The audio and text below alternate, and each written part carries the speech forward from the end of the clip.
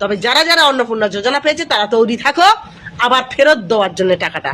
যারা যারা অন্নপূর্ণা যোজনা পেয়েছো, সঠিক তথ্য যারা দিয়েছো তারাই ঠিক প্রমাণিত থাকবে, আর ইনকোয়ারি আবার হবে।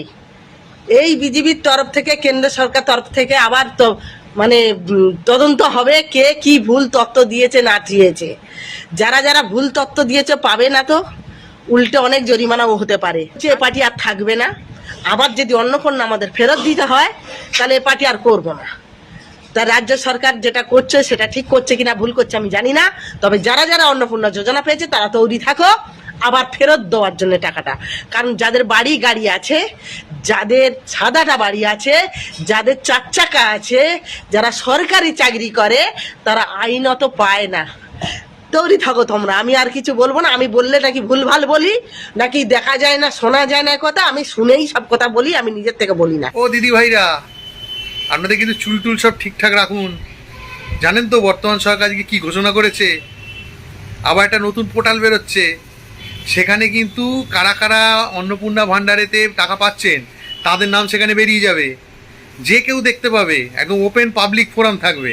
এবার ধরুন আপনি দেখলেন আপনার পাশের পাড়ায় অমুক দিদি যার সাথে আপনার খাড় আছে, আপনি দেখলেন আরে সে তো পাচ্ছে, কিন্তু তার তো পাওয়ার কথা নয়। আপনি কি করতে পারবেন? আপনি ওই পোর্টালে কমপ্লেন করতে পারবেন যে এ যোগ্য বা এ অযোগ্য। অযোগ্য যাদের হবে সেটা যখনই কমপ্লেন পাবে, সরকার কি করবে, 15 দিন থেকে 1 মাসের মধ্যে সেটা সলভ করবে, অ্যাডজুডিকেশন করবে অ্যাকচুয়ালি সে অযোগ্য কিনা। যদি অযোগ্য হয় তার নামটা টুক করে বার করে দেবে। যেই হবে তখন সে অমুক দিদি কি করবে, এসে আপনার চুল ধরে টানবে, চুল বাঁচান, চুল বাঁচান। জুন মাসে কিছু মহিলার অ্যাকাউন্টে টাকা ঢুকে গেল, বাকি মহিলারা খাপচি খেতে শুরু করলো। ঠিক আছে, 1 মাস ধরে অনলাইন অফলাইন জেরক্স, অনলাইন গোষ্ঠীর পিঠা টাকা ধ্বংস করলো। জুলাই মাসে আজকে কি হচ্ছে, ব্লকে ব্লকে মহিলাদের উপচে পড়া ভিড়। কেন মশাই? আপনি তো সময় নিতে পারতেন, 3টা মাস সময় নিয়ে ধীরে সুস্থে একটা ফাইনাল লিস্ট টাঙিয়ে তারপর টাকাটা ছাড়তে পারতেন। এতে করে এই এত বিভ্রান্ত, এত মানুষের হয়রানি, এগুলো তো শিকার হতে হতো না। 3 মাস আরামসে 1500 টাকা করে লক্ষ্মী ভাণ্ডার পেত, তাদের সংসার চলতো। জুন মাসে যে মহিলাটা 3000 টাকা পেল, জুলাই মাসে সেই মহিলাটা কেন জুন মাসে 3000 টাকা পেল না? আবার জুলাই মাসে যে মহিলাটা 3000 টাকা পেল, এমনও মহিলা রয়েছে সে জুন মাসে পেয়েছে কিন্তু জুলাই মাসে টাকাটা পাচ্ছে না। এগুলো হচ্ছে কি? এগুলো কি ছ্যাবলামি হচ্ছে, না সত্যি কোনো প্রসেসিং মারফত কাজ হচ্ছে? যদি প্রসেসিং মারফত কাজ হয় তাহলে জুন মাসে যে মহিলাটা 3000 টাকা পেয়েছিল সে নিশ্চয়ই জুলাই মাসে পেত। সে আজকে জুলাই মাসে টাকা পাচ্ছে না। বাস্তব মাটিতে দাঁড়িয়ে কথা বলছি, বাতাসে কথা বলি নাই। আপনি আজকে আসুন, পাড়ায় পাড়ায় দেখুন, বস্তিতে যান, যে পরে দেখুন সেই বস্তির সমস্ত মহিলারা কি টাকাটা পেল? 80 জন পেয়েছে, 20 জন পায়নি। কেন সেই 20 জন মহিলা কি অসহায় নয়? মাথার তো কেউ দিব্যি দেয় নাই। আপনি তো 1500 টাকা করে সমস্ত মহিলার অ্যাকাউন্টে দিতে পারতেন, তাহলে এই বিশৃঙ্খলার পরিবেশটা তো আর সৃষ্টি হতো না। হায় হায়, কি দুর্নীতি আরম্ভ হয়েছিল। অন্নপূর্ণা ভান্ডার নেও কি দুর্নীতি আরম্ভ হয়েছে, তাহলে চিন্তা করা যায়। আমরা ভোট দিলাম বিজেপিকে, রোদ গরমে কষ্ট করে দাঁড় করে বিজেপিরে ভোট দিলাম, আর টাকা পাইলো কারা? তৃণমূলরা টাকা পাইলো। তাহলে আমাকে লাভটা কে এলো ভোট দিয়ে? হ্যাঁ, এই হকার উচ্ছাদ, ভিকারিরা ভিক্ষা করে হারব না, হকাররা ব্যবসা করে হারব না স্টেশনে, সরকারের এই গুণা চৈকে পড়ে। তাহলে এই গুণা একা সরকারের চৈকে পড়ে না?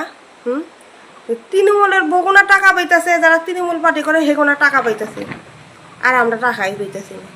তাহলে সরকারের কিসের নাকি এগুলো চোখে দেখে না সরকার? তাহলে হ্যাঁ, টাকা যদি দেওয়া হয় আমরাও জানি পাই, সবাই জানি পাই, সেইভাবে জানি দেওয়া হয়। আর নারে জানি টাকা দেওয়া বন্ধ করে দেয় সরকার পুরা। এই ভিডিওটা শুধুমাত্র অন্ধভক্তদের জন্য। অন্ধভক্তদেরকে আজকে কিছু কথা বলতে চাই। অন্ধভক্তরা তোমরা ভালো করে ভিডিওটা দেখে শুনে তারপরে কমেন্ট করবে, ঠিক আছে? একটা কথাই বলে কি জানো তো, মোল্লার দৌড় মসজিদ পর্যন্ত, এটা একটা প্রবাদ বাক্য। কতটা সত্যি কতটা মিথ্যা বলতে পারবো না, কিন্তু এটা কিন্তু প্রবাদ বাক্য। এটা ছোট থেকে শুনে আসছি যে মোল্লার দৌড় মসজিদ পর্যন্ত। তা এই অন্ধভক্তদের দৌড়ও কিন্তু সোশ্যাল মিডিয়া পর্যন্ত, তার বাইরে কিন্তু এরা কিন্তু কিচ্ছু করতে পারে না, ঠিক আছে? ওই যাবে, ভিডিও দেখবে, একটা কমেন্ট করে চলে আসবে, বাজে কমেন্ট। কিন্তু আসল জায়গায় গিয়ে তারা যে যুদ্ধ করবে বা আসল জায়গার মানুষদের গিয়ে যে তারা কিছু জিজ্ঞেস করবে, সেই ক্ষমতা তাদের নেই। তারা জানে যে সেই জায়গা পর্যন্ত তারা পৌঁছাতে পারবে না, অলরেডি তাদের পাছায় অলরেডি ওপর মহল থেকে লাথি মেরে সরিয়ে দিয়েছে। তাই যদি না হয় অন্ধভক্তরা, তোমরা একবার কাজ করো, যে এই যে তোমরা যারা অন্ধভক্ত, তোমরা নিজেদেরকে দলীয় কর্মী বলে এত কিছু বলছো, দলকে ভালোবাসো, ভালো, দলকে ভালোবাসতেই পারো, যে কোনো মানুষই যে কোনো দল ভালোবাসতে পারে। কিন্তু তোমরা যে এই যে তৃণমূলের দলটাকে চোর বলে যে এই যে পশ্চিমবঙ্গ থেকে তাড়ালে, ভালো করেছো, তাড়িয়েছো, খুব ভালো করেছো। তোমাদেরকে সত্যি আমি অনেক ধন্যবাদ দিই, কেননা তা না হলে এত চোরগুলো না চেনা যেত না, আর তৃণমূল দলটাও এতটা স্বচ্ছতা পরিষ্কার হতো না। এই দলগুলোর মধ্যে এই চোরগুলো লুকিয়ে ছিল। কিন্তু দেখো, যেই চোরগুলোকে তোমরা তাড়ালে কি হলো, সেই চোরগুলোই কিন্তু বিজেপিতে এসে কিন্তু ঠাঁই নিল। তাহলে সরকার কি তোমাদের কথা একবারও ভাবলো যে নিচের তলার কর্মীরা আমাদের জন্য এত খাটাখাটি করলো, যে তারা এই চোরগুলোকে তাড়ালো, ঠিক আছে, এত কষ্ট করে আমাদেরকে ভোটে জিতালো, তাহলে এই চোরগুলোকে অন্তত জেলে দেবো? কিন্তু করেনি। কি করলো, তাদেরকে কিন্তু দলে কিন্তু আহ্বান করে তাদেরকে কিন্তু বেশ ভালোই, আবার একজনকে দিল্লির মসনদেও বসিয়ে দিয়েছে। তাহলে এর থেকে কি বোঝা যাচ্ছে, যে ছোট ছোট কর্মীদের কিন্তু কোনো মূল্য কিন্তু কোনো দলের কাছেই নেই, ঠিক আছে? কোনো দলের কাছে নেই। তাই তোমাদেরও কিন্তু অন্ধভক্তরা কোনো মূল্য নেই তোমাদের। যদি তোমাদের কথা ভাবতো সরকার, যে এই ছোট কর্মীদের জন্যই আজকে আমরা নেতামন্ত্রী হই, অথচ এই ছোট কর্মীদের জন্য আমরা কিচ্ছু ভাবলাম না, এই ছোট কর্মীদের কথা আমরা মাথায় নিলাম না, অথচ তৃণমূলের দলের চোরগুলোকে আজকে দলে নিয়ে নিল। কত সুন্দর! একবারও জিজ্ঞেস করতে পারবে, ক্ষমতা আছে মুখ্যমন্ত্রীকে, যে স্যার কেন এরকমটা করলেন আমাদের সাথে, আমরা দলের হয়ে এত খাটলাম, অথচ আপনি লাস্টে সেই চোরগুলোকেই নিলেন? জিজ্ঞেস করার ক্ষমতা নেই। ক্ষমতা থাকে তো একবার ওনাকে জিজ্ঞেস করো, ঠিক আছে? কিন্তু তোমাদের ক্ষমতাটা কি? ওই যে বললাম মোল্লার দৌড় মসজিদ পর্যন্ত। তোমাদের ক্ষমতা কি? তোমরা হচ্ছে লোকের কমেন্ট বক্সে এসে ভিডিও দেখে তোমরা একটা বাজে কমেন্ট করে তোমাদের নিজেদের পরিচয় দিয়ে যাচ্ছ, ঠিক আছে? বিজেপির দলে যদি কেউ কোনো অন্যায় করে, তাকে নিয়ে যদি ভিডিও করা হয়, তোমাদের ফেটে যায়। আচ্ছা, যাই হোক, সে তোমাদের ফাটতেই পারে, তোমরা ভালোবাসো, কিন্তু কথাটা মাথায় রেখো, তোমাদের কথা কিন্তু সরকার কিন্তু ভাবেনি। যদি ভাবতো তাহলে হয়তো ওই চোরগুলোকে দলে নিত না, তাহলে তোমাদেরকে একটা হয়তো কোনো একটা ভালো জায়গা বা ভালো একটা পদ দিত। কিন্তু বিশ্বাস করো, কালকে আমি তৃণমূলের চোরগুলোকে নিয়ে ভিডিও করব, শুধু দেখতে থাকো। কেননা কি বলো তো, তোমাদের মতন অন্ধভক্ত হব না, কারোর অন্ধভক্ত হব না। চোর চোর, চোর চোর, চোরের সম্মান কোনো জায়গায় থাকবে না, লুচ্চোর সম্মান কোনো জায়গায় রাখা যাবে না। চোরকে চোরের জায়গা বুঝিয়ে দিতে হবে, যে তুমি চোর, তাই তোমাকে চোর বলা হবে। তাই কালকে আমি ভিডিও দেব তৃণমূলের চোরেদের নিয়ে, একটা করে। কেউ আমাকে কিনে রেখে দেয়নি যে কারোর দাসত্ববাদী করব, না বিজেপির না তৃণমূলের। সত্যি কথা বলবো, সত্যি কথায় জেল ফাঁসও ভালো, ঠিক আছে? কালকে হবে তৃণমূলের চোরগুলোকে নিয়ে ভিডিও করা, দেখতে থেকো তোমরা। কেন তোমরা তো অন্ধভক্ত, তোমরা তো অন্ধভক্ত হয়ে শুধু কারোর দোষ দেখতে, বিজেপিদের কোনো দোষ দেখতে পাও না, শুধু তৃণমূলের দোষ পাও। কিন্তু বিশ্বাস করো, আমি কিন্তু তৃণমূলের কিন্তু কালকে কিন্তু যে চোরগুলো আছে, সেই চোরগুলোকে নিয়ে ফাটাফাটি ভিডিও দেবো। শুধু ফাটাফাটি ভিডিও না, মানে একদম জ্বালা পড়া ধরিয়ে দেবো ভিডিওতে। তোমরা শুধু দেখো, কারণ তোমাদের মতন অন্ধভক্ত আমি হব। যখন আমি রত্না দেবনাথ কাকিমাকে নিয়ে কিছু সত্যি কথা বলেছিলাম, সবাই কিন্তু তখন তেলে বেগুনে জ্বলে উঠেছিল। তখন অনেক রকম কমেন্ট আমার কমেন্ট বক্সে এসেছিল। আজকে দেখেছো তো, রত্না দেবনাথ কাকিমার কিন্তু মুখোশটা পুরো খুলে গেছে। তার হাজবেন্ড, রত্না দেবনাথের হাজবেন্ড কিন্তু প্রণামী বাক্সটাও পর্যন্ত ছাড়েনি, মন্দিরের প্রণামী বাক্সটাও কিন্তু ছাড়েনি।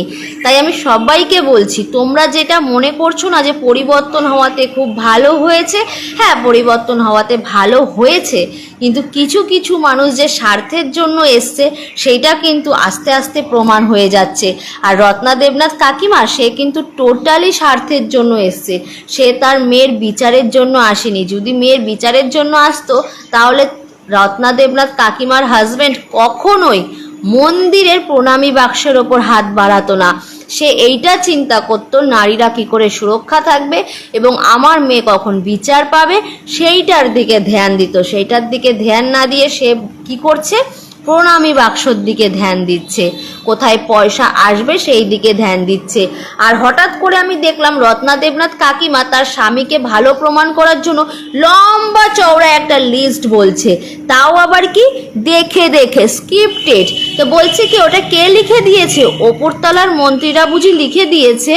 কাকিমা আপনি যদি আপনার মনের কথা বলতেন তাহলে সবাই আপনাকে ভালোবাসা দিত আগের মতো, কিন্তু আপনি যে স্ক্রিপ্টেডটা বলছেন না সেটা সম্পূর্ণ আপনি ভুল করছেন। আপনি বুঝতে পারছেন না যে আপনি কতটা ভুল করছেন। মানুষের যতটা ভালোবাসা পেয়েছেন ততটাই ঘৃণা আপনি খুব তাড়াতাড়ি পাবেন সবার কাছে।